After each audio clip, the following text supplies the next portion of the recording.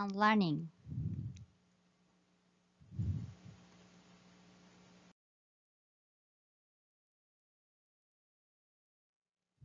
Conflicts in the best education of our world, rejection toward an affordable, competitive, terrible, and funeral education, chances to refuse and finish the fruitful theory of Chomsky's linguistics, returning to the true separator's problem, where there are uncertain properties in mind, final challenges to change the world in the future, series of influences on relations between teaching and learning, positive and negative effects on ways of what they learned. One information revolution is occurring exactly. Therefore, we judge what people say about themselves and their words or about others in terms of whether it predicts or provides a believable description of what they do, did, or will do, Bruner. Important all aspects appear in language tests for the education of junior and high schools and universities. The first aspect in language acquisition, what kinds of size of horns should be tested in sounds, vocabularies, and structures. The second aspect at the level of classrooms or at the level of world stage tests like IELTS to Cambridge. Achievement tests in order to examine what we have been already taught. Proficiency tests in order to examine or maintain what we have already acquired. The third aspect as the aim of tests and for the best research assistance of tests. Language education should not be relied on the harms of tests. What are the purposes of language tests and language education that fits the development? Language abilities to catch growing information soon. The first steps to find enough simple connections or phonological signs that are actually structured beyond the scope of grammatical structures to use a book of American accent training.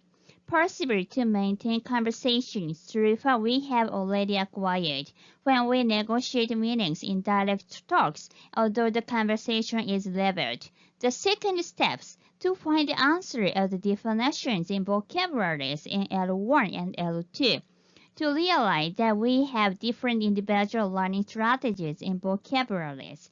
The third steps to follow the structuralism of grammar in the levels of sentence, discourse, and text. If we have a lesson of grammar that is not of translation, but structures and horns carefully, don't follow just structuralism, because that is a dangerous limited view. Pedagogical issues in classrooms. The first question and answer we share. Don't teach tests themselves, but teach languages for the development of proficiency and the circumstances teachers should speak English, which also teaches how to speak. The second question and answer we share. We face the complicated issue in the development of intelligence, both linguistically and psychologically, in the case that the instructions are constructed based on the theory of stimulus and response of behavioralism. The third question and answer we share, there is a difference between what we speak and how we convey information in the state of explicit and implicit consciousness development, as research studies give. Language test. People have inputted the test to prove their capabilities or to establish their credentials. In terms of method, we can broadly distinguish paper and pencil language tests from performance tests. Paper and pencil test takes the form of the familiar examination question paper. They are typically used for the assessment either of separate components of language knowledge or of receptive understanding. Test items in such tests, particularly if they are professionally made standardized tests, will often be a fixed response format in which a number of possible responses is presented from which the candidate is required to choose. There are several types of fixed response format, of which the most important multiple choice format. In performance-based tests, language skills are assessed in an act of communication. Achievement and proficiency tests. Language tests differ according to their purpose. The same form of test may be used for different purposes, although in other cases the purpose may affect the form. The most familiar distinction in terms of test purpose is that between achievement and proficiency tests. Instructionism. By the 20th century, all major industrialized countries offered formal schooling to all of their children. When these schools took shape in the 19th and 20th centuries, scientists didn't know very much about how people learn.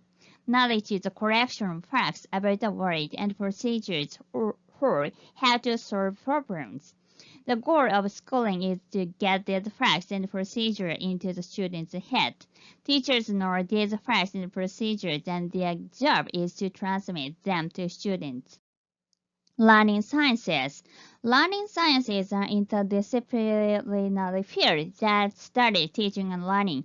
Learning scientists study learning in a variety of settings, including not only the more formal learning of school classrooms, but also the informal learning that takes place at home, on the job, and among peers. The goal of the learning sciences is to better understand and cognitive and social processes that result in the most effective learning, and to use this knowledge to redesign classrooms and other learning environments so that people learn deeply and more effectively. The traditional role of educational research has been to tell educators how to achieve their curriculum objectives, but when learning scientists went into classrooms, they discovered that schools were not teaching the deep knowledge that underlies intelligent performance. The learning science, constructivism, Piaget. In the 1960s and 1970s, Piaget's writing became widely influential in American education. Piaget argued a radically different theory, although children certainly possess less knowledge than adults. What's even more important to learning is that children's minds contain different knowledge structures than in adults' minds. In other words, children differ not only in the quantity of knowledge they possess, their knowledge is qualitatively different. The learning sciences. Cognitive science. Many learning scientists began their careers in the interdisciplinary field known as cognitive science. Cognitive science combines experimental investigation of how the mind works with computational modeling of proposed mental processes, taking into account what we know from sociology and anthropology about how people use knowledge in everyday settings. Representation, reflection, problem solving, thinking. The design of learning environments. The new developments in the science of learning raise important questions about the design of learning environments. Questions that suggest the value of the thinking, what is taught, how it is taught, and how it is assessed. SLL researchers, Ellis. SLA is used as a general term that embraces both tutors acquisition and tutors acquisition. SL researchers have only recently turned their attention to how learners acquire the ability to communicate, and started to examine how learners use their knowledge to communicate their ideas and intentions. Classroom-based research, Brain. A high proportion of recent classroom-based research has become focused on learner-learner interaction during tasks, thereby building upon earlier course experimental studies of native-non-native speaker interaction. A task that entails an information gap between interlocutors that is unfamiliar to them, that engages learners in social exchanges about shared goals and problems, that is undertaken by learners of different levels of proficiency, and that demands a single, clear solution whose success or completion appears to encourage learners to have longer time procedures, more complex language, and devote more time to explicit negotiation or meaning than any other kinds of task. Interactive SLA. The debate concerning the effectiveness of LT instruction takes place at two fundamental levels. At the first level, SLA series address, in absolute terms, any potential at all for instructional intervention in SLA. At the second level of debate, a case is made for the benefits of instruction.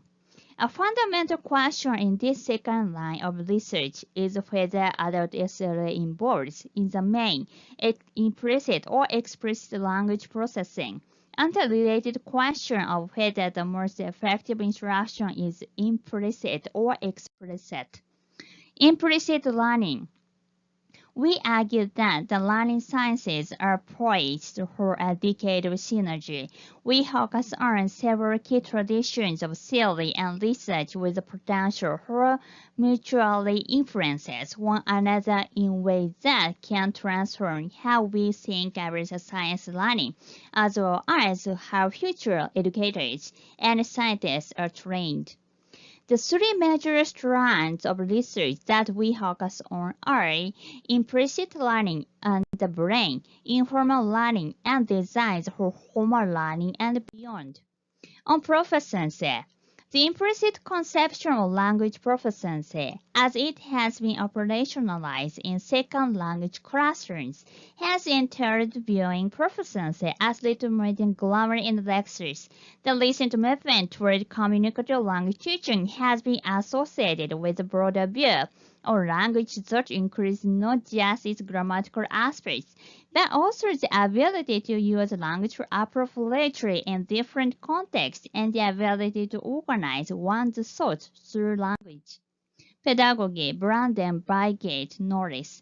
Today, task-based language teaching is being promoted in many countries around the globe as a potentially very powerful language pedagogy, claimed to stimulate the second language development of both children and adults.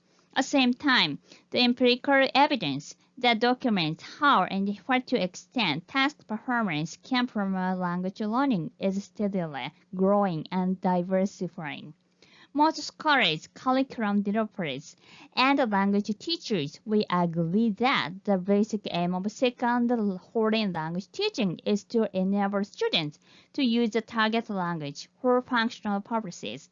However, with regard to how second foreign language teaching should be organized so as to optimally promote language development, there appears to exist far less consensus. Curriculum, syllabus, and task design. Branden, Bygate, Norris. TBLT in its first sense transcends the scope of teaching methodology by articulating a variety of principles to the design of language educational courses and programs. In practical terms, programs proceed on the basis of curriculum, syllabus, and task design, with key decisions about pedagogy, materials, and assessment being taken along the way. Thus, at the minimum, some kind of language learning targets or outcomes must be identified for particular learners and programs that reside within specific institutional and social contexts. Thanks for my presentation.